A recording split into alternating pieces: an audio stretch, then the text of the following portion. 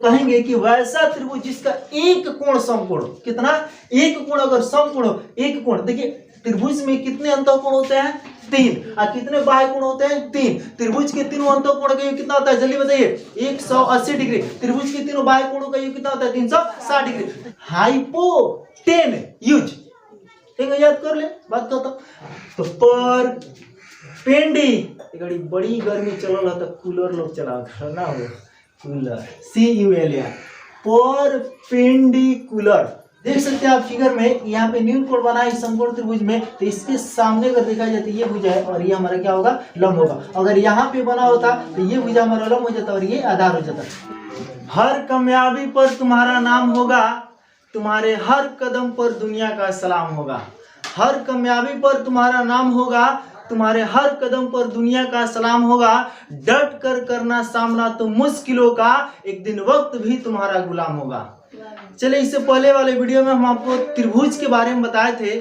त्रिभुज किसे कहते हैं, त्रिभुज की दो तरह से जो इसका प्रकार था, एक भुजा के आधार पर, एक कोण के आधार पर, उसके बारे में चर्चा किए थे। और आज हम आपको स्पेशल सिर्फ समकोण त्रिभुज के बारे में आपको बताएंगे। इससे पहले वाले वीडियो में तो हम समकोण त्रिभुज का परिभाषा बता चुके थे, लेकिन इसमें हम पूरा तरह से फिर से इसका परिभाषा ही बताते हैं। और इसके जो ये भी त्रिभुज है, तो इसमें भी 3 भुजाएं हैं, इन तीनों भुजाओं को अलग अलग नाम से जानते हैं, या इसे हम ये कह सकते हैं कि समकोण त्रिभुज के अंग कौन कौन है और उनका भी परिभाषा, और इसका कितना ज्यादा जरूरत है। खास करके जब आप 10th क्लास में जाइएगा तो वहां पे ट्राइगोनोमेट्री यानी त्रिकोणमिति नाम से एक चैप्टर है, ठीक है ना, 8वां चैप्टर और 9वां चैप्टर, दोनों त्रिकोणमिति से जुड़ा है, समकोण त्रिभुज से ही जुड़ा हुआ है। त्रिकोणमिति है दोनों समकोण त्रिभुज से जुड़ा हुआ है। और त्रिकोणमिति में पूरा का पूरा त्रिभुज के बारे में अध्ययन करना है, लेकिन कौन सा त्रिभुज, तो यही वाला त्रिभुज, समकोण त्रिभुज के बारे में, ठीक है ना। और उसमें यदि बच्चों को अच्छा से समकोण त्रिभुज के उन सभी अंगों को, यानी कि कर्ण, आधार और लंब, इन तीनों भुजाओं का नाम यदि बढ़िया से आ जाए, पहचान ले, तो उनको कोई दिक्कत नहीं होगा। क्योंकि उसमें जो 6 त्रिकोणमिति अनुपात साइन कोस टेन कोसेक से कॉट जो होता है, उसका फॉर्मूला अलग अलग होता है। तो जब तक उनको इन समकोण त्रिभुज के भुजाओं के बारे में पता नहीं चलेगा, तब तक वो बता नहीं सकता। तो सबसे पहले हम आपको बताते हैं समकोण त्रिभुज किसे कहते हैं। हम इसका परिभाषा भी बहुत अच्छे से लिखाएंगे, लेकिन आपको पूरा का पूरा पहले बोल करके समझा देते हैं, और उसके बाद देखिएगा। इस तरह से भी आप समकोण त्रिभुज को बना सकते हैं, या आप इधर से भी बना सकते हैं, या आप ऐसे भी बना सकते हैं, ऐसे बना के और यहाँ पे गोल, लेकिन यहाँ पे 90 डिग्री होना चाहिए। अब यहाँ समझते हैं कि समकोण त्रिभुज कहते किसे हैं, ताकि आप फिगर को बढ़िया से समझिएगा, ठीक है। क्योंकि इससे पहले तो हम बता दिए थे, लेकिन फिर भी आपको यहाँ बताने की कोशिश कर रहे हैं। देखिएगा, इन भुजाओं का नाम दे देते हैं, इसको चलिए PQR इसको लिख देते हैं, इसको DEF का नाम दे देते हैं, ठीक है।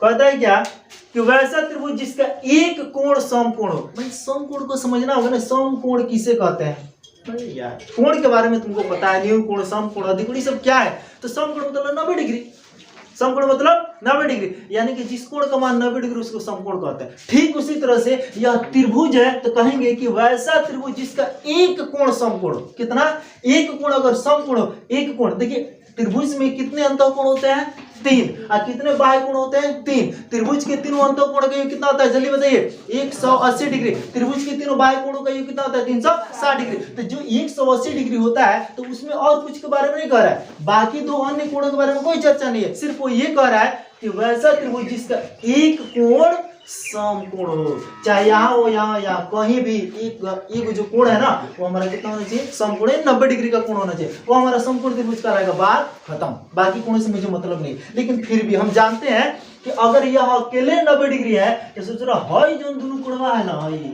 ये दोनों को जोड़ेंगे ना, तो ये दोनों मिलकर 90 होगा। और जब ये दोनों 90 होगा, तो 90 180 नहीं हो गया, ठीक है ना। तो ऐसे हमें सोचना। तो समकोण त्रिभुज के साथ परिभाषा आपको समझ में आ गया कि वैसा त्रिभुज जिसका एक कोण समकोण हो, उसे समकोण त्रिभुज कहते हैं।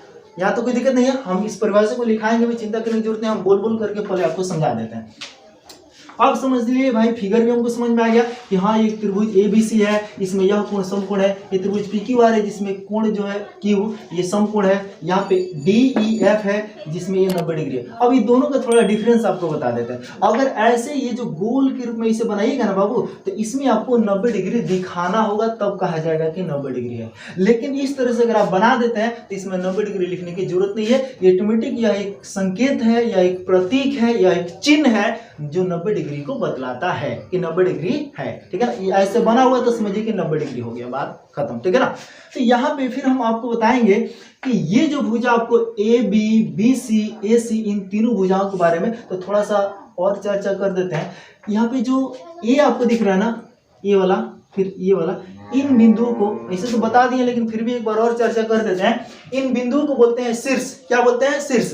ठीक है ना। अब शीर्ष किसे कहते हैं? तो दो भुजाएं जिस बिंदु पर आकर मिलते हैं उसे क्या कहते हैं? शीर्ष कहते हैं। यहाँ पे ABC ऐसे त्रिभुज में 3 शीर्ष होते हैं, 3 भुजा होती है, 3 अंतः कोण होते हैं, 3 बाह्य कोण भी होते हैं। ठीक है ना, इसके बारे में चर्चा हो गया। अब यहाँ पे जो ये 3 भुजा आप देख रहे हैं AB BC AC, भाई त्रिभुज में जब हम बात किए थे ना तो उस समय इसका कोई खास चर्चा नहीं था, लेकिन समकोण त्रिभुज में इन तीनों भुजाओं को अलग अलग नाम दिया गया है कि इस AB भुजा को क्या कहेंगे, BC भुजा को क्या कहेंगे, AC भुजा को क्या कहेंगे। तीनों भुजाओं को अलग अलग नाम से हम जानते हैं। ठीक है, अब किसको क्या कहेंगे इसी में तो बच्चे फंसते हैं, बहुत ज्यादा फंसते हैं। जब त्रिकोणमिति बनाने जाते उनको समझ में नहीं तो कौन आधार कौन लंब कौन कोण हुआ।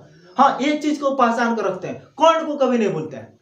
ठीक है ना, कर्ण को कभी नहीं भूलते हैं क्योंकि ये वाला है, आप भी नहीं भूलिएगा, आप भी नहीं भूलिएगा। बोल देंगे क्या कि समकोण त्रिभुज में सबसे बड़का भुजा है ना कौन, आपको ऐसे ही याद होगा, नहीं भूलेंगे। सबसे बड़ी भुजा या सबसे लंबी भुजा कौन कहलाती है, आप भी नहीं भूलिएगा, मुझे पता है। लेकिन हई दुग में बड़ी कंफ्यूजन होता है। दूसरा कभी हई लंब होता है तो कभी हई लंब होता है, कभी हई आधार तो कभी हई आधार होता है। यहीं पे कंफ्यूजन होता है कि हम कब इसको आधार कब इसको लंब, कब इसको आधार तो कब इसको लंब, इसी में कंफ्यूजन होता है। और आज के बाद से कंफ्यूजन दूर। किसी भी समकोण त्रिभुज के जो तीनों भुजाओं का अलग अलग नाम है, कर्ण आधार लंब, इनमें कहीं भी कंफ्यूजन नहीं होगा आज के बाद से। कर्ण तो सब लोग पहचान लेते लेकिन आधार और लंब में बड़ी समस्या होता है। और आज के बाद ये समकोण त्रिभुज के बारे में बढ़िया से समझ गए तो त्रिकोणमिति में गारंटी देता हूं आपको कहीं समस्या होने वाला नहीं है। इसको बहुत अच्छा से एकदम भोजपुरी अंदाज में इसका बताने जा रहे हैं ट्रिक, जो कभी जिंदगी में नहीं भूलिएगा। ठीक है ना। चलिए आपको पहले ये बता दें कि इस भुजा को क्या कहेंगे, इसे क्या कहेंगे, इसे क्या कहेंगे। ठीक है, अभी आप आराम से इस भुजा को कर्ण कह सकते हैं क्योंकि कर्ण जिसको हम लोग हाइपोटेनस इंग्लिश में बोलते हैं और संकेत उसका होता है H। क्या होता है? H। भाई एक काम करते हैं, हम इसको मिटा देते हैं बाबू और यहाँ पे आपको इसका नाम भी लिख के दिखाते हैं। ठीक है ना, हाइपोटेनस बोलते हैं इसको। ठीक है, ऐसे हिंदी में कर्ण कहते हैं और इंग्लिश में इसको HYPO हाइपोटेनस। ठीक है ना, इस तरह से। और संकेत क्या है इसका? H। कैसे दिखाते हैं बाबू? H से। ठीक है ना, स्मॉल में लिखेंगे, कैपिटल में नहीं। ठीक है ना, सब स्मॉल में रहता है ताकि आपको त्रिकोणमिति में आपको कहीं जाके दिक्कत ना हो। ठीक है, H से दिखाते हैं। स्पेलिंग भी आप बहुत अच्छे से याद रखिएगा, चिंता करने की बात नहीं है। तो मैं अभी इन दोनों का नाम नहीं लिख रहा हूं क्योंकि इसमें कुछ प्रॉब्लम है अभी। ठीक है ना, इस भुजा को जिसे हम कर्ण नाम दिए हैं आप नहीं भूल सकते हैं। अभी आपको परिभाषा याद है, समकोण त्रिभुज की सबसे बड़ी भुजा को कर्ण कहते हैं या समकोण त्रिभुज की सबसे लंबी भुजा को कर्ण कहते हैं। अच्छा है, समकोण त्रिभुज में समकोण के सामने वाली भुजा को कर्ण कहते हैं। 3 तरीका आपको बता दिए, जो तरीका याद है मार देना। ठीक है ना, क्या लिखिएगा? समकोण त्रिभुज में सबसे बड़ी भुजा कर्ण कहलाती है, समकोण त्रिभुज में सबसे लंबी भुजा कर्ण कहलाती है, या समकोण त्रिभुज में समकोण है ना 90 डिग्री। बॉल बताइए एक सामने जो भुजा बहु कर्ण कहलाला, बात खत्म। ठीक है ना, तो आप इसे नहीं भूल सकते। और इसको किससे सूचित किया जाता है? H से। कंफ्यूजन है दिन में इस दूसरा दोनों जो है ना बड़ी तालमेल दोनों का बराबर होता है, आपसे में बदल लेता है सब। बहुत शानदार जोड़ी है। ठीक है ना, अब देखिए कब हम आधार और कब किसको लंब कहेंगे, इसका भी कंफ्यूजन अब दूर होने जा रहा है। ठीक है ना, खूब ध्यान से देखिएगा, वीडियो पूरा देखिएगा बढ़िया से, घबराइएगा मत। अब देखिए, अब हम इसको आधार कहें कि इसको आधार कहें, उसको बात कहने से पहले मुझे एक बात का पता है कि अगर यह 90 डिग्री है यानी कि समकोण है तो यह दोनों कोण जो यहाँ पे किनारे पे बना हुआ है A और C, ये दोनों कोण निम्न कोण होंगे कि नहीं होंगे। निम्न कोण मतलब 0 से बड़ा 90 से छोटा। ना। अरे भाई 180 होता है तीनों का योग, तो अकेले ही 90 बताइए, दोनों से जरा मिलेगा तब 90 होगा ना, दोनों मिल के 90 होगा। इसका मतलब कि भाई कुछ 0 से बड़ा होगा 90 से छोटा होगा, ये 0 से बड़ा 90 से छोटा होगा, तो यह दोनों न्यून कोण होगा, इसमें कोई दिक्कत नहीं है। चलिए अगर हम न्यून कोण यहां दिखाएंगे, खूब ध्यान से समझिएगा, अगर हम न्यून कोण यहां दिखा दिए ऐसे, और दिखाने के लिए कोण को दिखाने के लिए मैं थीटा का इस्तेमाल करते हैं, किसका इस्तेमाल करते हैं, थीटा को दिखाते हैं, ठीक है ना। अगर यह न्यून कोण मैं इसको बोल रहा हूं, इसी वाला जो है ना, हम इस यहाँ पे हम न्यून कोण को बतला रहे हैं, तो ध्यान दीजिएगा ये भुजा हमारा आधार का काम करेगा। किसका काम करेगा, आधार का, जिसको इंग्लिश में हम लोग क्या कहते हैं, बेस। और इसका संकेत हमारा क्या हो जाएगा, बी। क्या हो जाएगा बाबू, बी। इसको बी से सूचित करेंगे, ठीक है ना। अब यहाँ पे ध्यान दीजिएगा खूब बढ़िया से, इसको हमने बी से सूचित कर दिया, सब स्मॉल में रहेगा, ध्यान रखिएगा संकेत। और ये भुजा हमारा होगा लंब। तो परिभाषा पहले समझ लेते हैं फिर आते हैं यहाँ पे, ठीक है ना। समकोण त्रिभुज में न्यून कोण जिस भुजा के साथ बनती है वो आधार होता है। समकोण त्रिभुज में न्यून कोण जिस भुजा के साथ बनती है उसे हम लोग क्या कहते हैं, आधार कहते हैं। और तुम लोग क्या भैया, जब भी कोण का निर्माण होता है तो दो भुजा चाहिए कि नहीं चाहिए, तो ये आप इस भुजा को आधार कह रहे हैं, तो क्या जब कोण बना है तो सिर्फ यही भुजा शामिल है, ऐसे बना है तो हई तो भुजा शामिल है, तब ने यहाँ पे कोण बना है, हई भुजा, तो आप इसको आधार कर रहे हैं, इसको कुछ नहीं कर रहे हैं, क्यों बोले हैं। एक बात बताओ चला, तुम ये जो भुजा है ये वाला इसको तो तुमने कर्ण बोला है, एक नाम दे दिया गया है, तो बचा कौन, यही भुजा ना बाबू, इसलिए हम इसी भुजा को हम आधार कहते हैं, समझा ना। क्योंकि जब यहाँ पे जो न्यून कोण बना है वह इस भुजा के सहारे और इस भुजा के सहारे बना था, और ये भुजा जो है पहले से ही कर्ण का काम कर रहा है, ये कर्ण है, तो बच गया हमारा ये वाला भुजा, इसलिए इस भुजा को हम क्या कहेंगे, आधार कहेंगे। इसमें किसी को दिक्कत है नहीं ना है। अच्छा यहीं पे मैं एक बात और कह दूं, यही अगर न्यून कोण मैं यहाँ पे नहीं दिखाता, अगर मैं यहाँ पे दिखा देता ना बाबू, यहाँ पे अगर न्यून कोण को दिखा देता, तो ये कोण, अगर मैंने इस न्यून कोण का अगर चर्चा किया, तो यह भुजा और यह भुजा, ये दोनों भुजा मिलकर के यहाँ कोण बना रहा है, तो यहाँ पे अगर मैं इस न्यून कोण को लेके चलूंगा तो ये भुजा मेरा आधार कहलाएगा। यानी कि न्यून कोण जिस भुजा के साथ बनती है उसे क्या कहेंगे, आधार कहेंगे। इसमें किसी को दिक्कत नहीं है। तो अभी हम इस न्यून कोण की चर्चा करेंगे तो हई भुजा आधार होगा, और इस न्यून कोण की चर्चा करेंगे तो हई भुजा आधार होगा, इसमें कोई दिक्कत नहीं है मेरे ख्याल से। अब सवाल है कि लंब किसे कहेंगे, ध्यान दीजिएगा, एकदम आसान। अभी भोजपुरी वाला तरीका नहीं बताया, चिंता न करें, अभी आपको हिंदी भाषा में समझा रहे हैं। न्यून कोण के सामने वाली भुजा, न्यून कोण यहाँ बना है ना, किस तरह को नहीं, समकोण के सामने वाली भुजा कोण, तो ये मुकाबला न्यून कोण के सामने वाली भुजा को लंब कहते हैं। न्यून कोण के सामने वाली भुजा को क्या कहते हैं, लंब कहते हैं। तो यहाँ पे हम न्यून कोण का बात, इस न्यून कोण का चर्चा कर रहे हैं, तो इसके सामने भुजा कौन है, ए बी। कौन है, ए बी। इसलिए हमारा ये वाला ए बी जो भुजा है ये हमारा किसका काम करेगा बाबू, लंब का काम करेगा। किसका काम करेगा, लंब का काम करेगा, ठीक है ना। इसको ध्यान दीजिएगा, इसको बोलते हैं परपेंडिकुलर, परपेंडिकुलर, ठीक है। और इसको सूचित करते हैं हम पी से। किसे सूचित करते हैं, पी से। सब छोटे में लिखे हैं बाबू, ठीक है ना, ये भी हमारा पी छोटा ही है, ठीक है ना। तो अब आपको यहाँ बताते हैं। अच्छा वही अगर यहाँ पे न्यून कोण की चर्चा करते तो हमारा लंब का काम कौन करता, ये वाला भुजा करता, ठीक है ना, और ये हो जाता हमारा आधार, ये हो जाता लंब। लेकिन खैर हम यहाँ पे न्यून कोण को बताया ताकि आपको बढ़िया से समझ में आए। अब थोड़ा सा इसको अपने भाषा में समझाने की कोशिश करते हैं। कर्ण को तो आप नहीं भूलिएगा, कर्ण को नहीं ना भूलिएगा कि हाइपोटेनस बोलते हैं इसको, और इंग्लिश में इसको हाइपोटेनस बोल दिया और संकेत हमारा एच हो गया, हिंदी में कर्ण बोल दिया। बेस इंग्लिश में बोलते हैं, हिंदी में हमारा आधार हो गया, और बी से सूचित करते हैं, इसको परपेंडिकुलर बोलते हैं, और इसको पी से सूचित करते हैं, ठीक है ना। पहले काम करते हैं, थोड़ा सा आप इसको बढ़िया से पहले समझा देते हैं, फिर इसका स्पेलिंग भी आपको याद करा देते हैं अभी, ठीक है। ध्यान दीजिएगा, कर्ण को आप कभी नहीं भूलेंगे, मेरी गारंटी है, क्योंकि समकोण त्रिभुज सबसे बड़ी भुजा या लंबी भुजा या समकोण के सामने भुजा को कर्ण कहते हैं, कोई दिक्कत नहीं है। लेकिन यहाँ आधार की अगर बात बोले तो इसे भी आप नहीं बोलेंगे। समकोण त्रिभुज में न्यून कोण, ध्यान रहे न्यून कोण आना चाहिए, न्यून कोण जिस भुजा के साथ बनते हैं उसे क्या कहते हैं, आधार कहते हैं, इसको भी आप नहीं भूलिएगा। तो इस न्यून कोण का चर्चा की, इसलिए यह इस भुजा के साथ बना है, बीसी भुजा के साथ, ये वाला कर्ण है बाबू, ध्यान रखिएगा। तो ये हमारा आधार हो गया, इसको बी से सूचित करते हैं। और समकोण त्रिभुज में सम न्यून कोण के सामने वाले, यहाँ पे न्यून कोण है ना, इसके सामने वाली जो भुजा होगी उसको बोलेंगे लंब, कोई दिक्कत नहीं है। अच्छा अब यहाँ पे अगर न्यून कोण होता तो ये हमारा आधार होता और ये लंब हो जाता। अगर आपको कंफ्यूजन है लंब और आधार में तो अब कंफ्यूजन नहीं होगा, क्योंकि एक शानदार ट्रिक आपको बताने जा रहे हैं, ठीक है ना बबू, सुन ले एकदम भोजपुरी में।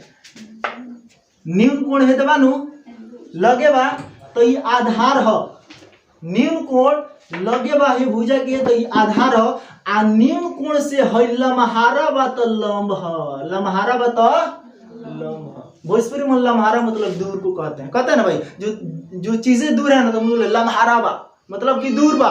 तो हई न्यून कोण हे देबा तो एकरा से लमहारा हो जा, हई भाई लंब का है। अगर न्यून कोण हिया हो जाए तो एकरा से लमहारा हई हो जाए लंब का है। समझे कि नहीं समझे? अब भी आपको दिक्कत होगा का? नहीं ना होगा। अगर न्यून कोण यहाँ है तो ये भुजा आधार तो ये लमहारा बा तो लंब कितना अच्छा। आ न्यून कोण यहाँ रहता तो हई हो जाता आधार, एकरा से लमहारा हई भुजा तो ये हो जाता लंब, बात खत्म, ठीक है ना। अब आप लंब और आधार में शायद कंफ्यूजन आपको नहीं होगी, ठीक है ना। तो चलिए थोड़ा सा ये इसको डायरेक्शन के रूप में दिखा देते हैं। इस कोण के सामने ये वाला भुजा और इस कोण के सामने ये वाला भुजा, ठीक है ना। ये हमारा क्या हो गया, हमारा ये लंब हो गया और ये हमारा कर्ण हो गया, ठीक है ना। और इसके साथ ये बना है न्यून कोण जो है या इस भुजा के साथ बना है, तो ये भुजा हमारा क्या हो जाएगा आधार। तो मेरे ख्याल से शायद आपको कंफ्यूजन यहाँ पे नहीं होगा, ठीक है ना। तो आपको बहुत अच्छा से मैं उम्मीद करता हूँ कि इतना चीज मैं आपको बता चुका। कर्ण किसे कहते हैं, लंब किसे कहते हैं और आधार किसे कहते हैं, और इन दोनों में जो लंब और आधार का जो कंफ्यूजन था शायद ये भी दूर हो गया होगा, ठीक है ना। कभी कभी ऐसे भी आप सोच सकते हैं बच्चे को दिमाग में क्या रहता है, आपको बता दें कहाँ गलती करते हैं वो त्रिकोणमिति बनाते वक्त, ठीक है ना। ये जो ऐसे बनता है ना बाबू, ठीक है ना, तो उनके दिमाग में रहता है क्या कि हई जब नीचे बैठे ना बेस का मतलब आधार होता है, जिस पर कोई चीज अड़ा हो चाहे खड़ा हो उसी को हम बोलते थे आधार। जैसे मान लीजिए कि अगर इस मार्कर को हम यहाँ पे अगर खड़ा करने की कोशिश करें तो इसका आधार क्या होगा, हमारा हाथ हो जाएगा। तो जिस पर अगर ये त्रिभुज को भी आप देख रहे हैं तो इस भुजा पर लग रहा है कि खड़ा है, तो इस भुजा का आधार पद होते हैं। बाबू हम आधार इसको उसी वक्त बोलेंगे जब इस न्यून कोण का चर्चा करेंगे, तभी ये आधार होगा। आइए क्या हो जाएगा, लंब खड़ा रहेगा, ठीक है ना। अच्छा ये तो कर्ण है तो इसको तो आप भूलिएगा नहीं, लेकिन जब यही न्यून कोण का चर्चा मैं यहाँ न करके अगर यहाँ पे बाबू कर दूंगा ना तो ये हमारा आधार बन जाएगा। लेकिन यहीं पे बच्चे गलती करते हैं, कोण का चर्चा करता है इसका, आप लोग हमेशा दिमाग में बैठा के रखते हैं इसको, इसी भुजा को आधार मानते हैं, यहीं पे गलती करते हैं। नहीं, जब इस कोण का चर्चा होगा ना तो आपको इसी आधार मानना है, तो ये हमारा लंब हो जाएगा। ये कर्ण तो कभी बदलने वाला नहीं है। और जब इस कोण का चर्चा होगा तो ये आधार और ये लंब हो जाएगा। बोलिए आप में से किसी को कोई दिक्कत नहीं ना होगा? समझ में आ गया ना? बस अब इसका भी कंफ्यूजन दूर हो गया। अब इसके बाद हम आपको बताते हैं इसको याद करने का तरीका, ठीक है ना। कर्ण के बारे में हिंदी में परिभाषा भी आप जान गए, इसका स्पेलिंग कैसे याद रहेगा, हाइपो ITEN 10 मतलब 10 उपयोग करला, USE यूज मतलब उपयोग करना है, प्रयोग करना जानबे करता है, बस बात करता हूँ। हाइपोटेन यूज, ठीक है, याद कर ले, बात करता हूँ। हाइपोटेन यूज तो HYPO हाइपो कहे के लिए रही जाए, TEN कहे के आई जाए, वैसी बात खत्म। याद हुआ कि नहीं हुआ? लेकिन पढ़ेंगे कैसे, हाइपोटेनस बोलेंगे, ठीक है ना। प्रोनाउंसिएशन इसका ये है, हाइपोटेनस बोलेंगे। हाई BAC ये तो बेस ऐसे याद रहेगा, BAC बेस मतलब आधारी, तो 4 अक्षर का, जिसमें कोई दिक्कत ही नहीं, ठीक है ना। हाई परपेंडिकुलर में दिक्कत होगा आपको, ठीक है ना। तो पर पेंडी बड़ी गर्मी चल तो कूलर लोग चला ना, हो कूलर CULR परपेंडिकुलर, ठीक है ना। तो PR पर PENDI पेंडी, CULR कूलर, बड़ी हवा देता है, ठीक है ना। तो परपेंडिकुलर मतलब लंब हो गया, बात करता हूँ। ऐसे तोड़ के आप इस वर्ड को अच्छे से याद कर सकते हैं। तो परपेंडिकुलर मतलब P से है तो इसको P से सूचित करते हैं, किसको, तो लंब को। बेस मतलब आधार होगा, B से सूचित करते हैं। हाइपोटेनस मतलब कर्ण होगा, इसको H से सूचित करते हैं, ठीक है ना। अब इसके बाद हम आपको इस सबका परिभाषा बहुत अच्छे से लिख देते हैं। फिर इसके बाद समकोण त्रिभुज से जुड़ा हुआ पाइथागोरस ने अपना एक परिमेय दिए थे। वो क्या था कि समकोण त्रिभुज में सबसे बड़ी भुजा का वर्ग, ध्यान दीजिएगा, पाइथागोरस प्रमेय का त्रिक या परिमेय क्या था समझिएगा। वो बोले थे कि समकोण त्रिभुज में, कोई भी समकोण त्रिभुज क्यों ना हो, सबसे बड़ी भुजा का वर्ग शेष 2 भुजाओं के वर्गों के योग के बराबर होता है, ठीक है ना। समकोण त्रिभुज में सबसे बड़ी भुजा का वर्ग शेष 2 भुजाओं के वर्गों के योग के बराबर होता है। मतलब कि सबसे बड़ी भुजा वर्ग है, कर्ण है हमारा, तो कर्ण का वर्ग क्या होगा, तो हम इसको कह सकते हैं कर्ण स्क्वायर। तो कर्ण को हम लोग H से सूचित करते हैं, चलिए भाई H स्क्वायर लिख देते हैं, कोई दिक्कत है। शेष 2 भुजा, एगो B और एगो P बचा, ठीक है ना। तो P और B, ठीक है ना। तो बोलता है क्या कि सबसे बड़ी भुजा का वर्ग, सबसे बड़ी भुजा हमारा H है, H का वर्ग शेष दो भुजाओं के वर्गों, ठीक है ना, शेष दो भुजा हमारा यो P है यो B है, तो इसका वर्ग के योग के बराबर, मतलब इसको योग कब करेंगे, जब ये दोनों को जोड़ देंगे तो इसका योग हो गया, के बराबर होता है, मतलब ये, ठीक है ना, एच स्क्वायर बराबर होता है P square plus B square, यानी कि इसमें क्या हो गया, या ऐसे भी कह सकते हैं कर्ण स्क्वायर बराबर लंब स्क्वायर प्लस आधार स्क्वायर, यानी कि सबसे बड़ी भुजा का वर्ग शेष दो भुजाओं के वर्गों के योग के बराबर होता है, यानी कि बाकी जो नहीं दो छोटा छोटा बात, ये दोनों के स्क्वायर को के दोनों के जोड़ दें तब है तो खाली स्क्वायर कदम तौना के बराबर है, समझे कि नहीं समझे। तो ये हमारा पाइथागोरस प्रमेय का दिया हुआ प्रमेय है या नियम है या उनका ट्रिक है, ठीक है ना। अब इसके बारे में भी आपको पढ़ना है 10वीं क्लास में, ठीक है ना, और इस पर भी हम लोग बहुत सारा प्रश्न हम लोग बनाएंगे, ठीक है। तो इसके बाद आप लोग को पहले परिभाषा लिखा देते हैं ताकि आप अच्छे से लिख लें, बताए तो है ही बहुत अच्छा से, फिर भी लिखा देते हैं ताकि आप अच्छे से लिख लें, और इसके बाद हम लोग इस फॉर्मूले पर भी चर्चा करेंगे ये क्या होता है, और यहीं से हो सकता है कि आपको त्रिकोणमिति का प्रश्न बनाना भी आ जाए, ठीक है। तो हम पहले परिभाषा लिखते हैं, देखिएगा यहाँ पे हम सब का परिभाषा अच्छे से लिख दे। समकोण त्रिभुज किसे कहते हैं, लिखिए वैसे त्रिभुज जिसका एक कोण समकोण उसे क्या कहते हैं, समकोण त्रिभुज कहते हैं, बाकी समझाए दिए बहुत अच्छा से, और फिगर यहाँ पे लिखे हुए हैं। समकोण त्रिभुज के अंग क्या क्या है, यानी कि तीनों भुजाओं को अलग अलग नाम से जो जानते हैं उसको भी परिभाषा लिख दिए। कर्ण यानी कि हाइपोटेनस, तो कहता है समकोण त्रिभुज में सबसे बड़ी या सबसे लंबी भुजा को क्या कहते हैं, कर्ण कहते हैं, अथवा समकोण त्रिभुज में समकोण के सामने वाली भुजा को लंब कहते हैं, कर्ण कहते हैं, ठीक है ना। और यहाँ पे फिर हमारा आधार का बारी है कि आधार किसे कहते हैं, तो समकोण त्रिभुज में न्यून कोण जिस भुजा के साथ बनते हैं उसे क्या कहते हैं, आधार कहते हैं। तो यहाँ पे चलिए यहाँ बना हुआ है फिगर, ठीक है ना, न्यून कोण यहाँ बना है, ये हमारा भुजा क्या कहलाएगा, आधार कहलाएगा, ठीक है। लंब के बारे में क्या है, यानी परपेंडिकुलर, समकोण त्रिभुज में न्यून कोण के सामने वाली भुजा को क्या कहते हैं, लंब कहते हैं। देख सकते हैं आप फिगर में, यहाँ पे न्यून कोण बना है समकोण त्रिभुज में, तो इसके सामने अगर देखा जाए तो ये भुजा है और ये हमारा क्या होगा, लंब होगा। अगर यहाँ पे बना होता तो ये भुजा हमारा लंब हो जाता और ये आधार हो जाता, क्योंकि इससे पहले वाला जो फिगर बड़ा सा बनाए थे उसमें बहुत अच्छे से समझा दिया है और परिभाषा यहाँ पे लिख दिया है, आप इसका स्क्रीनशॉट ले सकते हैं या आप इसको अच्छे से कॉपी में नोट कर लीजिएगा। इसके बाद समकोण त्रिभुज से जुड़ा एक और वीडियो लेकर आएंगे, वो कल आपको मिलेगा वीडियो, और इसमें क्या बताएंगे, पाइथागोरस प्रमेय के बारे में, जो हम अभी चर्चा की कि पाइथागोरस प्रमेय क्या होता है, सबसे बड़ी भुजा का वर्ग शेष दो भुजाओं के वर्गों के योग के बराबर होता है। और इस पर हम लोग क्वेश्चन बनाएंगे कर्ण स्क्वायर बराबर क्या होता है, अगर कर्ण आधार लंब इन तीनों में से किसी दो का मान दिया तो योग का कैसे निकालेंगे, एच पी बी जिसको हम लोग बोल रहे हैं, ठीक है ना, इसमें से किसी दो का मान दिया हो, एक का मान कैसे निकालेंगे, क्योंकि ये मैट्रिक एग्जाम में खूब पूछा जाता है। और इस तरीके से अगर आप पढ़ाई कीजिएगा अच्छा से तो आपको बहुत अच्छा लगेगा, समझ में भी आएगा, बारीकी से हर चीजों को समझने की कोशिश कीजिए। तो कल मिलेंगे हम पाइथागोरस प्रमेय को लेकर के क्या होता है उसके बारे में बताएंगे, उसका सूत्र भी लिखाएंगे, फिर हम लोग आगे उस पर क्वेश्चन भी बनाएंगे। तो फिर मिलते हैं अगले वीडियो में, तब तक के लिए जय हिंद।